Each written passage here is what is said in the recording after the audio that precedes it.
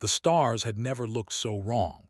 Across every telescope on Earth, across every satellite and space station, the same impossible sight filled the screens. 200 massive shapes blocked out the distant light of the universe. They were ships, alien warships, and they were bigger than anything humanity had ever imagined. Admiral Park Do-yeon stood in the command center of Earth's United Defense Headquarters, deep beneath the mountains of Korea. He was a tall man with gray hair and calm eyes. Around him, dozens of officers watched their screens with pale faces. Some of them were shaking. A young woman near the communications desk was crying silently. Park did not shake, he did not cry, he simply watched. "How many?" he asked quietly. 212 confirmed vessels, sir, Lieutenant Beekmenu answered. The young tactical officer's voice was steady, but his hands moved too fast across his console. "The smallest ones are 3 kilometers long. The largest," he paused and swallowed hard. "The largest is over 40 kilometers, sir. It's the size of a small moon." Park nodded slowly. He had prepared for this day his entire career. Part of him had hoped it would never come. Another part of him had known it was only a matter of time. The main screen flickered. Static filled the display for a moment, and then a face appeared. It was not a human face. The creature had gray skin that looked like wet stone. Its eyes were large and yellow, without any visible emotion.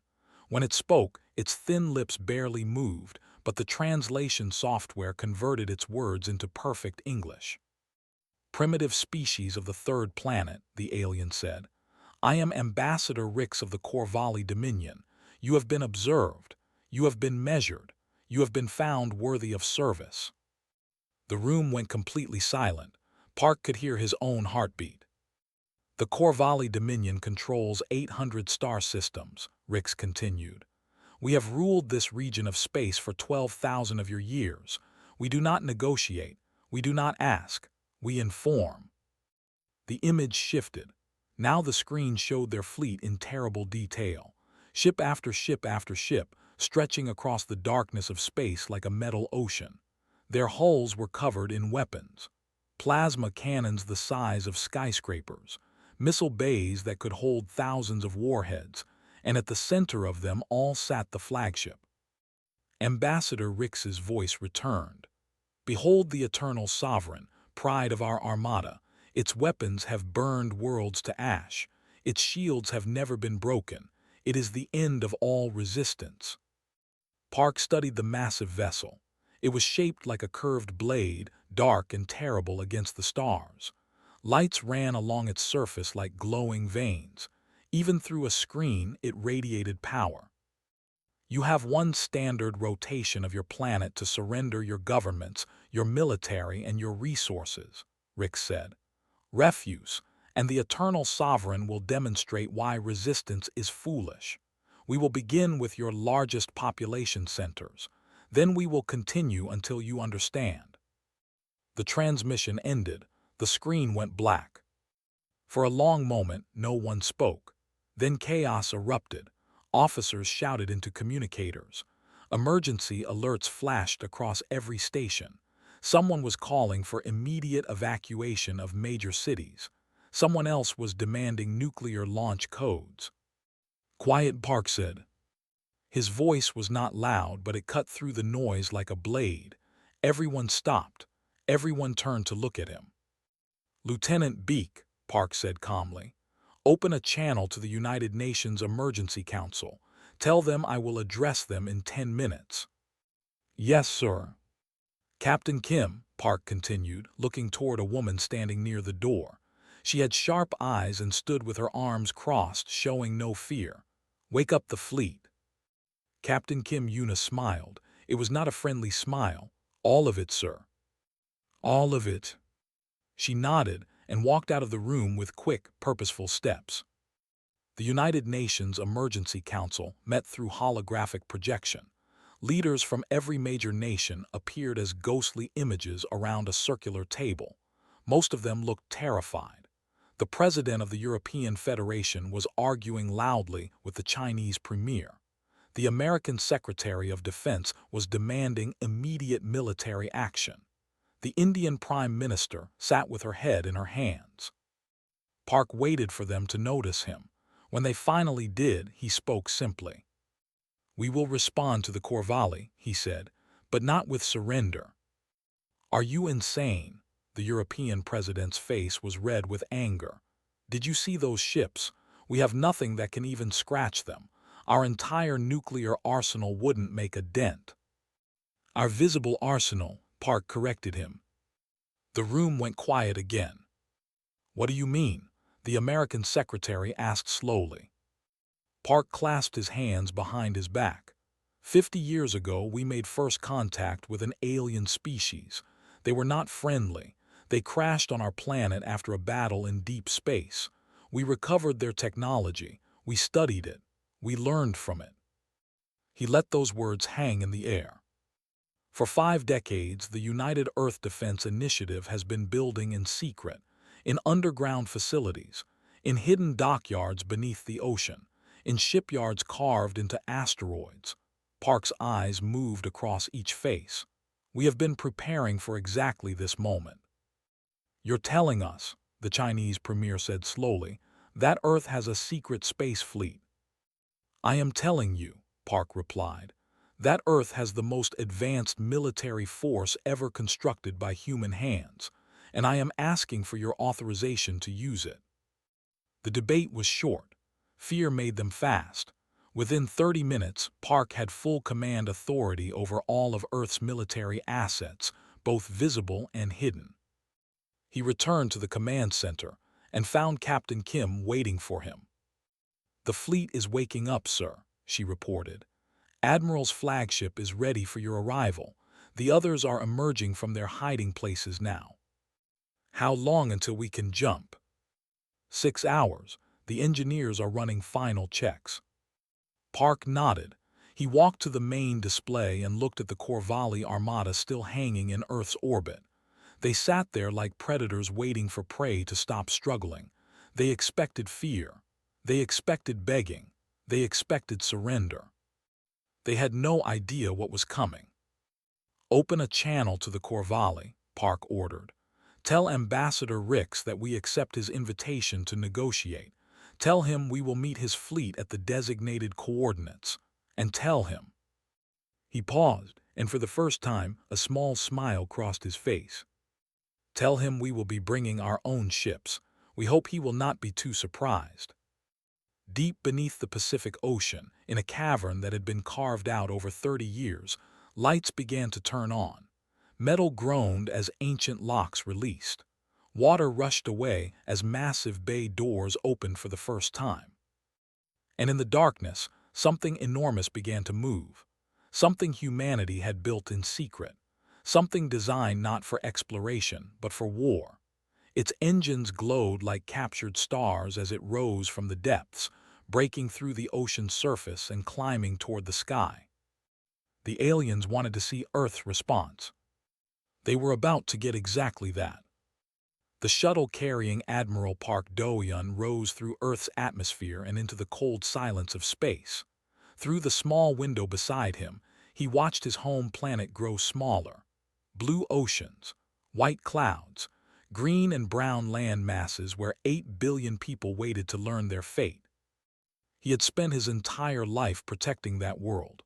Today, he would find out if it had been enough. "Approaching the UES Indomitable, sir," the pilot announced, "docking in 3 minutes." Park leaned forward to look through the front viewport. What he saw still made his heart swell with pride, even after all these years. The Indomitable hung in orbit like a sleeping giant. She was 15 kilometers long, built from materials that did not exist in any public database. Her hull was black as deep space, covered in armor plates thick enough to stop anything the Corvallis could throw at her. Along her sides, weapons ports lined up in perfect rows, missile tubes, rail guns, energy cannons, and at her bow, the massive barrel of a primary weapon that had never been fired in combat. She was beautiful, and she was angry. The shuttle slid into the flagship's docking bay, and Park stepped out onto the metal floor of his command. Officers in black uniforms stood at attention as he passed. He nodded to each of them but did not stop. There was no time. The bridge of the Indomitable was a wide circular room with holographic displays covering every surface. Captain Kim Yuna stood at the center console, her eyes fixed on the tactical readouts. When Park entered, she turned and saluted. "Welcome aboard, Admiral. The fleet is almost fully assembled." Park walked to the main display.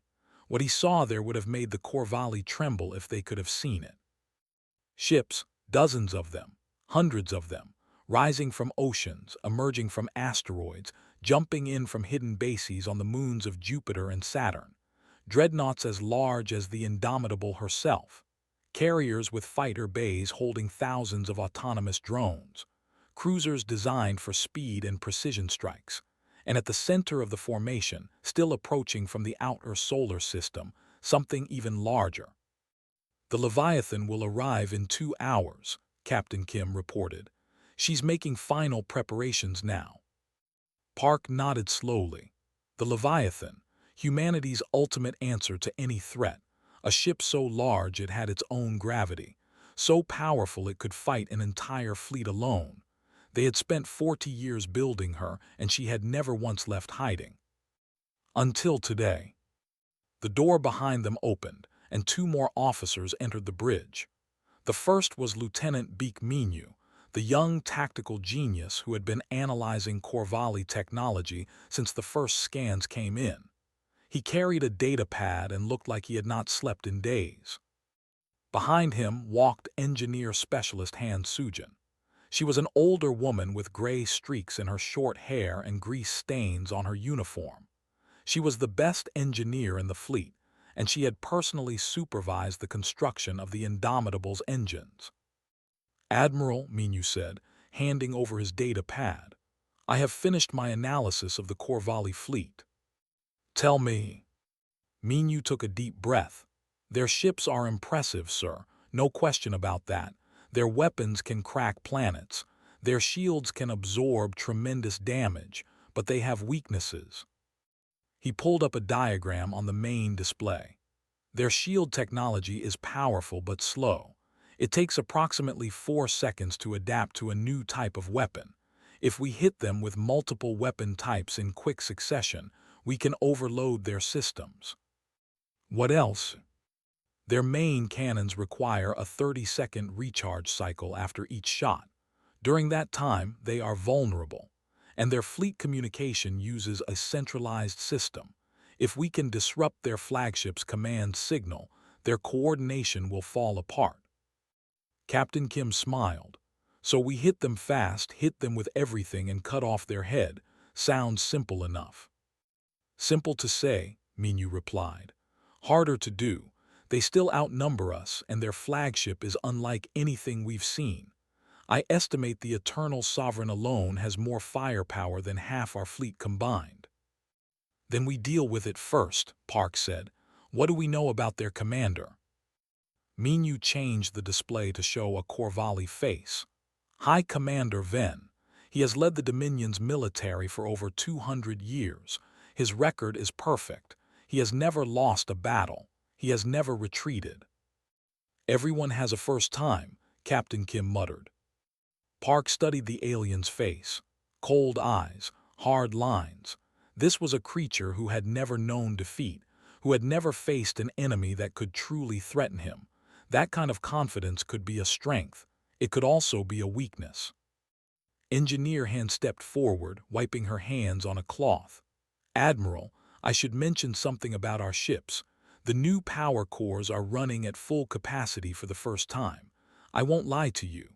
There's a small chance some of them might overload under combat stress." "How small?" 3%, maybe 4, she shrugged. "We've never actually tested these systems in real battle. We built them to win a war, not to be safe." Park almost laughed. "That sounds exactly like something humans would do." "Yes, sir. That's why I love working for this fleet." Over the next 2 hours, Park watched the impossible become real. Ships continued to arrive from every corner of the solar system. The numbers grew. 100, 200, 300 vessels of various sizes, all converging on the rendezvous point. And then finally she arrived. The Leviathan dropped out of hyperspace like a mountain emerging from fog. She was 60 kilometers long, 60 kilometers of armor, weapons, and engines. Her hull was covered in gun batteries. Her flanks bristled with missile pods. At her bow, 3 massive energy cannons pointed forward like the fingers of an angry god. The bridge crew of the Indomitable stood in stunned silence, even though most of them had seen the Leviathan before. There was something about her presence that demanded attention, something that said, "I am here now. Everything changes." "All ships reporting ready, Admiral," Captain Kim announced. "The fleet is assembled." Park looked at the tactical display. 347 human warships against 212 Corvallis vessels. The numbers were close, but numbers did not tell the whole story. Quality mattered. Technology mattered. Will mattered. And humans had been preparing for this fight for 50 years. "Open a channel to all ships," Park ordered. Every screen in the fleet flickered to show his face. Thousands of crew members on hundreds of vessels stopped what they were doing to listen. "This is Admiral Park," he said. 50 years ago, the first aliens arrived on our world. They came to conquer. They failed. We took their technology. We learned their secrets. We spent 5 decades preparing for the day when others would come." He paused, letting the words sink in. "That day is here. The Corvallis think we are primitive. They think we are weak. They think we will kneel. They are wrong." His voice grew stronger. "We did not build this fleet to start wars. We built it to end them. We built it so that no one would ever threaten our home again. Today, we show the galaxy what happens when you underestimate humanity." Captain Kim's eyes were shining. Lieutenant Beak stood straighter. Even Engineer Han looked up from her console with a fierce expression. "Set course for the negotiation coordinates," Park ordered. "Jump when ready." Across the fleet, engines roared to life. Navigation systems locked onto the same point in space. Energy built in jump drives that bent the fabric of reality itself. "Jump in 30 seconds, the navigation officer announced. 20, 10, 5. The stars stretched into lines. Space folded, and 347 human warships vanished from Earth's orbit, racing toward a meeting that would change the course of galactic history. The Corvallis wanted to negotiate. Humanity was about to show them what negotiation looked like when you came to the table with teeth. High Commander Ven stood on the observation deck of the Eternal Sovereign and watched the stars with bored eyes. Behind him, his officers moved quietly across the command bridge, monitoring systems and waiting for the humans to arrive. This would be easy, Ven thought. It was always easy. Every species reacted the same way when they saw the Dominion's fleet. First came the fear, then came the desperate attempts at resistance, then came surrender. The pattern had repeated hundreds of times across thousands of years. Humans would be no different. "High Commander," Subcommander Terk said, stepping closer. "Our sensors detect an energy disturbance. The humans are arriving." "Finally," Ven replied. "I was beginning to wonder if they had decided to flee." "Unlikely, sir. They have nowhere to run." Ven smiled. It was not a pleasant expression. His gray face stretched in ways that looked painful. "True. Open a visual channel. I want to see their pathetic ships crawl into our space." The observation deck's windows shifted, becoming a massive display screen.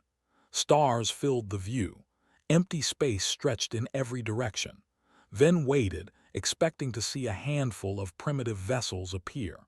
Perhaps a dozen small craft carrying diplomats ready to beg for mercy. The first ship emerged from hyperspace. It was the size of a Corvallis destroyer. Black hull, sharp angles, weapons ports running along every surface.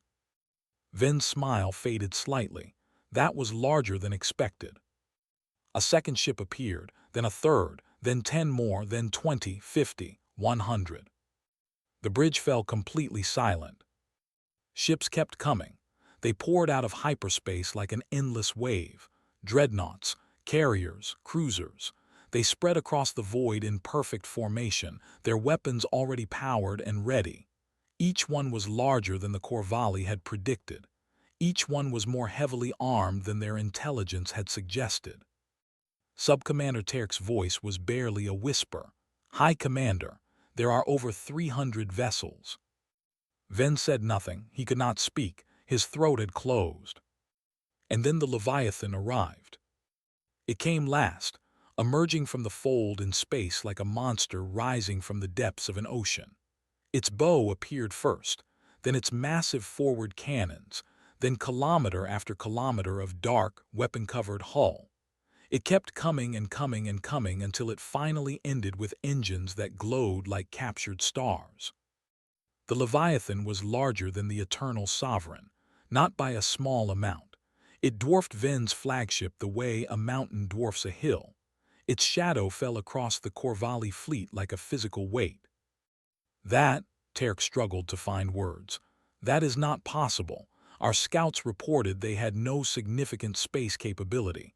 How could they build something like that in secret?" Ven did not answer. He was staring at the human fleet with an expression he had never worn before in his 200 years of command. He was afraid. The communication console chimed, an incoming transmission from the human flagship. Ven straightened his uniform and forced his face into a mask of calm authority. He would not show weakness. He was High Commander of the Dominion. He had conquered 100 worlds. He would not be intimidated by primitives. "Accept the transmission," he ordered. The screen shifted to show a human face, an older male with gray hair and eyes that revealed nothing. He stood on a bridge that looked advanced even by Corvallis standards. Beside him stood a younger female with sharp features and a cold smile. "I am Admiral Park Do-Yun of the United Earth Fleet," the man said. "You wanted to negotiate. Here we are." Ven found his voice. "Admiral Park, I see you have brought more vessels than expected." "We like to be prepared," Park replied calmly. "Where did these ships come from?" "Our intelligence indicated your species had barely begun space exploration." The female beside Park laughed. It was not a friendly sound. "Your intelligence was wrong, Commander. We've been building for 50 years, in secret, in places your scouts never thought to look." Ven's claws tightened on the railing before him. "I am High Commander Ven of the Corvallis Dominion. I have crushed fleets larger than yours. I have burned worlds that resisted us. Do not think that a few oversized ships will change anything." Admiral Park tilted his head slightly. "A few oversized ships? High Commander, look at your sensors again. Count the weapons we have pointed at your fleet right now.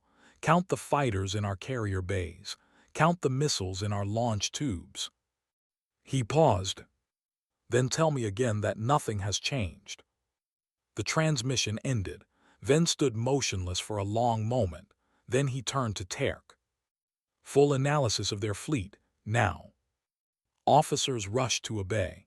Data streamed across screens, numbers that made no sense, technology that should not exist, weapons that the Corvallis had never encountered.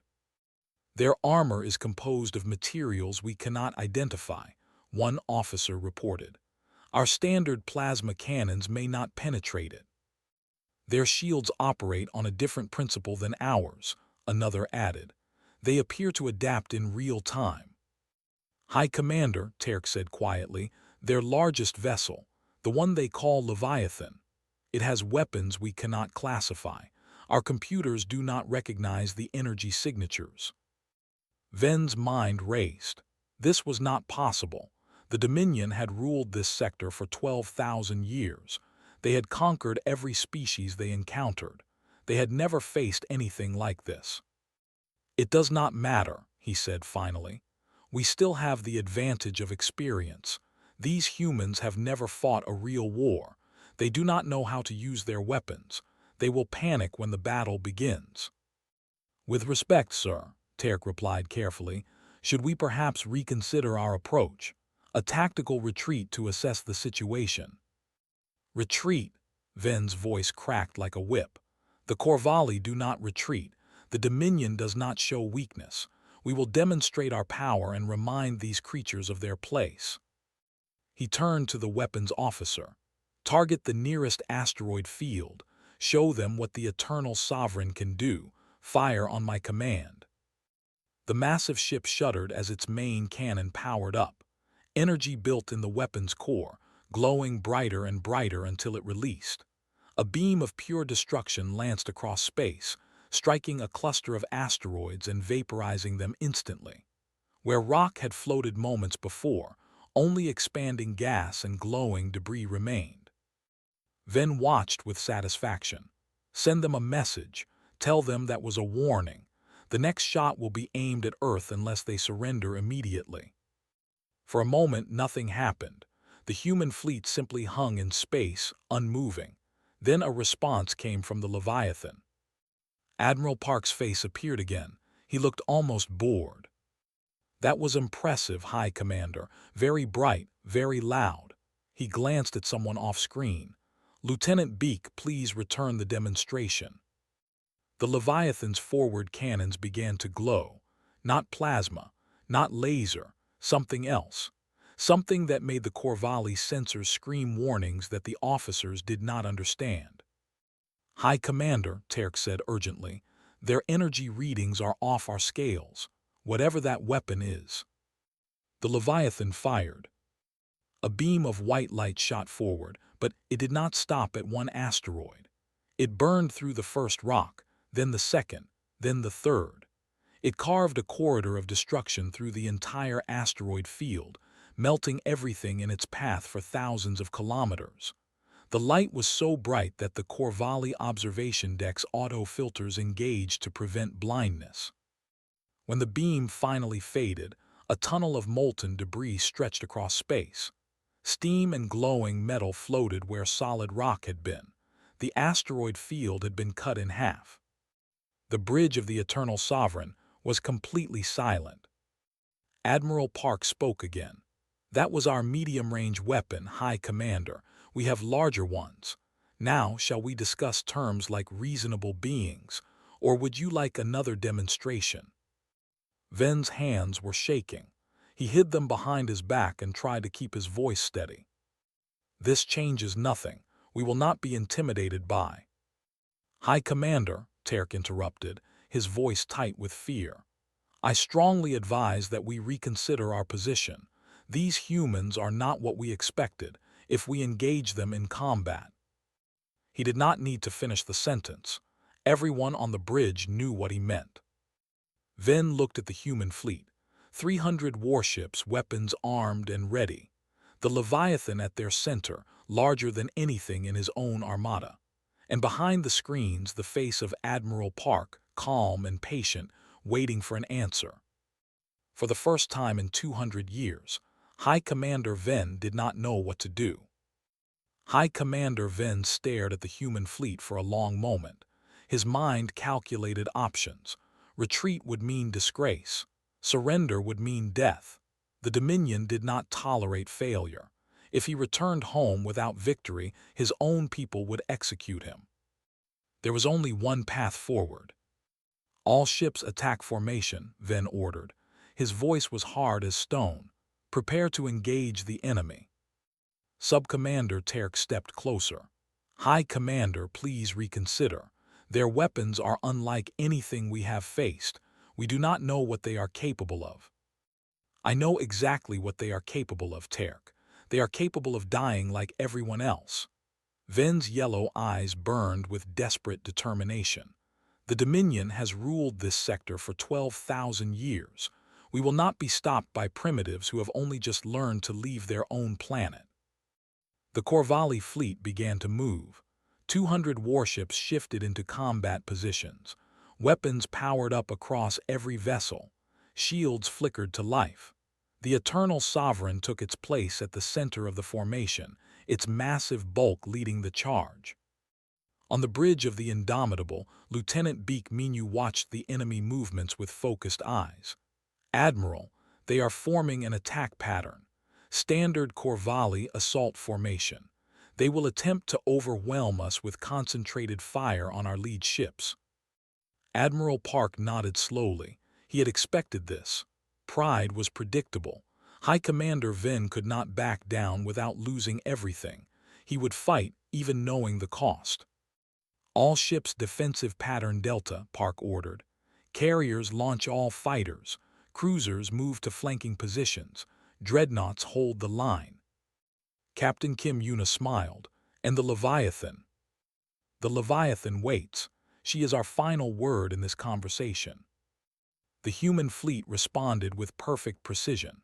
Thousands of autonomous fighters poured from carrier bays, forming clouds of deadly metal around the larger ships.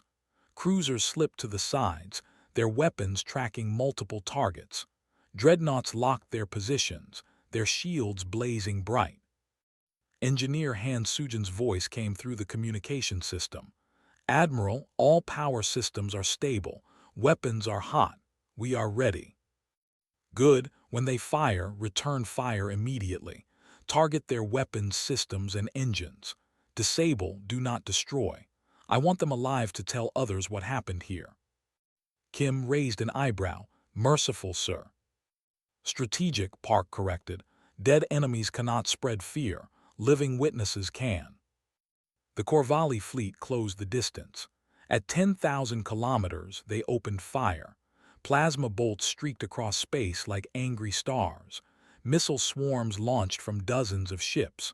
The void lit up with destruction aimed at the human line. "Shields holding," Minu reported. "Their weapons are powerful but, Admiral, our adaptive shields are working.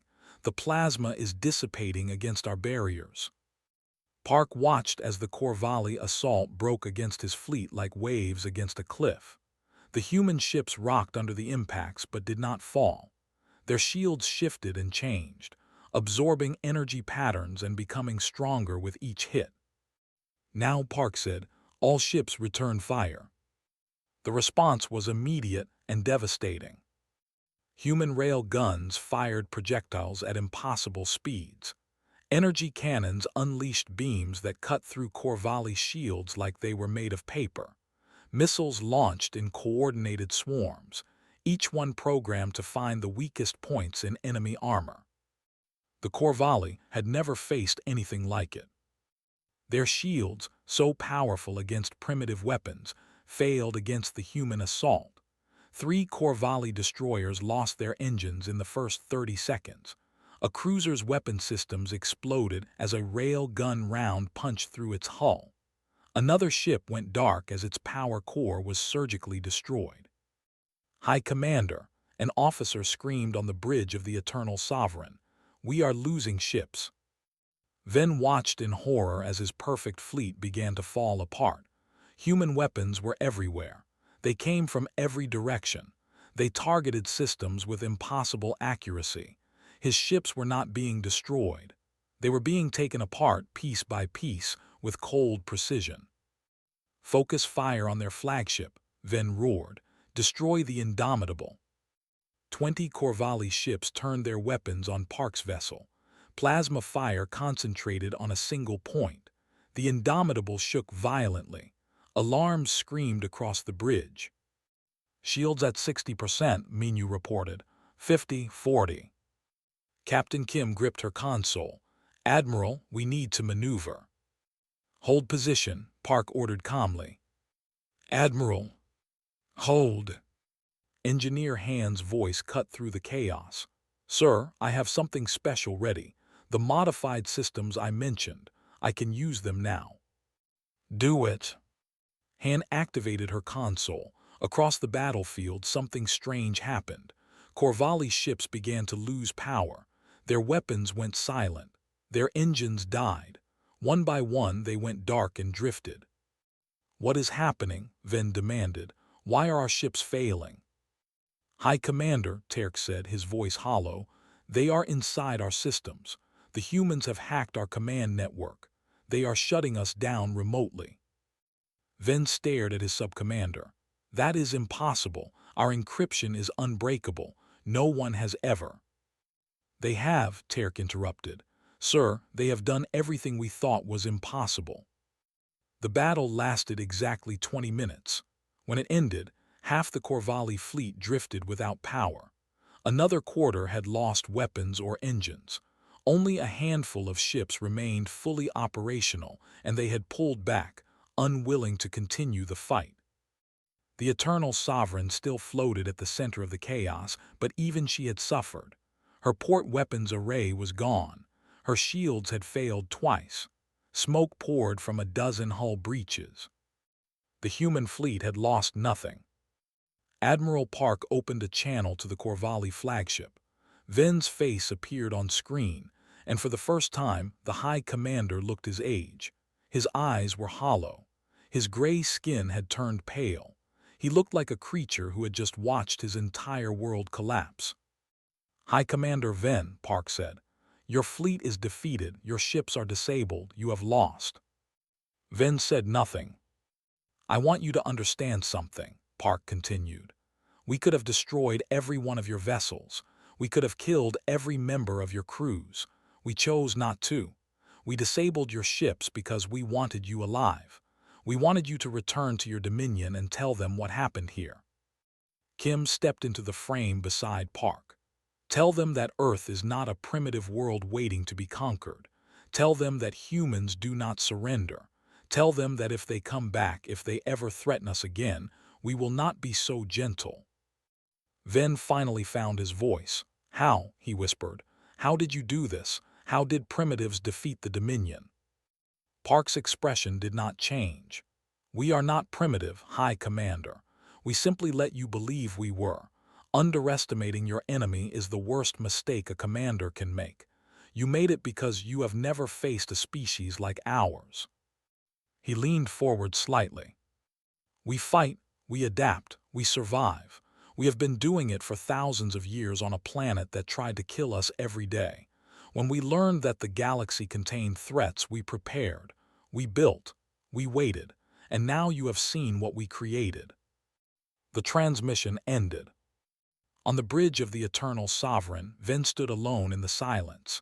His officers watched him, waiting for orders, but he had nothing left to give. The greatest fleet he had ever commanded lay in ruins around him. The war was over before it had truly begun. Subcommander Terk, Ven said finally, order all operational ships to withdraw, set course for Dominion space. Yes, High Commander. As the surviving Corvallis vessels began to limp away, Terk looked back at the human fleet one last time. The Leviathan hung in space like a guardian god, its weapons still powered, its hull untouched. It had barely participated in the battle. It had not needed to. For the first time in his life, Terk understood what it felt like to be on the other side of overwhelming power. And as the stars stretched into lines around the retreating Corvallis fleet, he knew that nothing would ever be the same again. The news spread across the galaxy like fire through dry grass.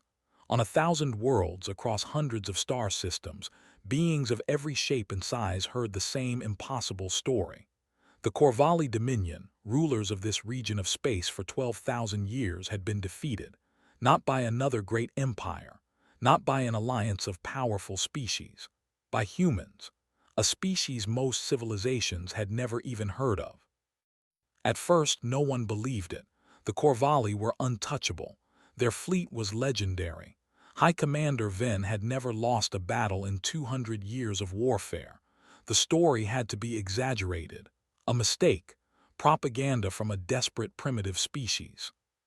Then the recordings arrived. Video from the battle spread across every communication network in the sector. Alien traders shared it. Diplomats whispered about it. Military commanders watched it again and again, trying to understand what they were seeing. The human fleet emerging from hyperspace. Ship after impossible ship. The Leviathan's weapon burning through an asteroid field like it was made of paper. Corvallis vessels going dark, disabled by weapons that did not match any known technology. And at the end, High Commander Ven's face as he ordered the retreat, the face of a broken creature who had finally met something stronger than himself. The galaxy had a new power, and everyone was scrambling to figure out what that meant. On the Corvallis homeworld, High Commander Ven stood before the Dominion Council. The chamber was ancient, built from black stone that absorbed light.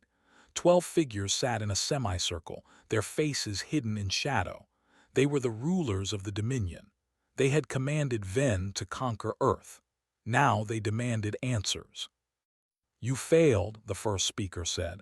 His voice echoed through the chamber like thunder. "You had 200 ships, the finest fleet in Dominion history, and you were defeated by primitives."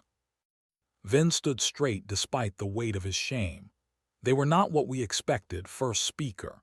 "Their technology was advanced beyond our intelligence reports. They had weapons we could not counter, defenses we could not breach." "Excuses," another council member hissed. "The Dominion does not accept excuses." "It is not an excuse, it is a warning." Ven met their eyes without flinching. "I have fought for 200 years. I have conquered 47 species. I have never faced anything like the humans. They do not fight like others. They do not react like others. They prepared for us for 50 years in secret and we never knew." The chamber fell silent. "If we attack them again," Ven continued, "we will lose not just the battle, we will lose everything.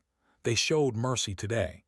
They disabled our ships instead of destroying them. They let us leave instead of finishing us. That was not weakness. That was a message." "What message?" the first speaker demanded. Ven's voice dropped lower. "That they could destroy us whenever they choose, and they want us to know it." The council debated for hours. In the end, they reached a decision that would have been unthinkable before the battle. The Corvallis Dominion would withdraw all claims on human space. They would not attack Earth again, and they would send Ambassador Rix back to the humans, not to demand surrender, but to request an alliance.